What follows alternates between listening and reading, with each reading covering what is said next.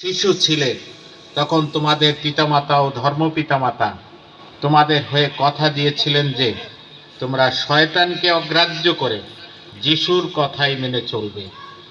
এখন তোমরা বড় হয়েছো, এবার তোমরা নিজেরাই সবার সামনে নতুন করে সেই প্রতিজ্ঞা উচ্চারণ করো। প্রশ্ন করছি, তোমরা কি শয়তানকে তার যত কাজ ও প্রলোভনকে প্রত্যাখ্যান করো?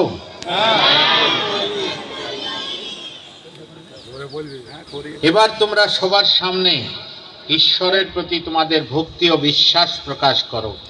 স্বর্গমর্তের স্রষ্টা সর্বশক্তিমান পিতা ঈশ্বরে তোমাদের কি বিশ্বাস আছে?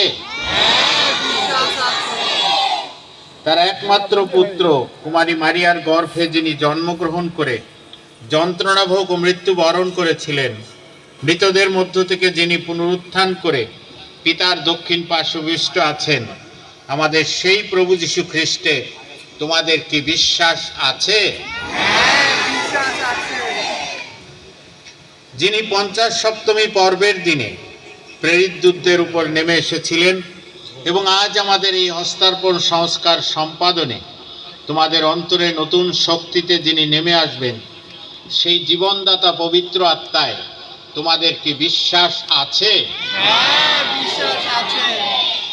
পুণ্যময়ী বিশ্বজনীন খ্রিস্ট মণ্ডলী, খ্রিস্ট ভক্তগণের পুণ্য সংযোগ, পাপের ক্ষমা, মৃতদের পুনরুত্থান ও শাশ্বত জীবনে তোমাদের কি বিশ্বাস আছে? এই হলো আমাদের বিশ্বাস। এই বিশ্বাস সমগ্র খ্রিস্ট মণ্ডলীর বিশ্বাস। এই বিশ্বাসের পথে চলাই আমাদের পরম গৌরব। এই পথে আমাদের সহায় স্বয়ং প্রভু যীশু খ্রিস্ট।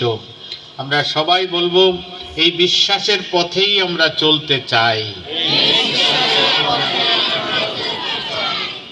এখন তোমাদের হাতের মোমবাতি নিভাও, পায়ের কাছে ওখানে রাখো, নিচে রাখো, হাত জোড় করো, মাথা নত করো, মোমবাতি নিভাই নিচে রাখো।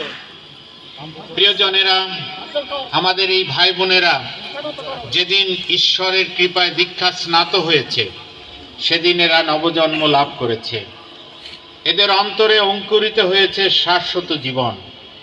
ঈশ্বর সন্তান রূপে এরা গৃহীত হয়েছে। এসো, এখন আমরা মনে মনে পিতা পরমেশ্বরকে ডাকি। আমরা সবাই নীরবে তাদের জন্য প্রার্থনা করব।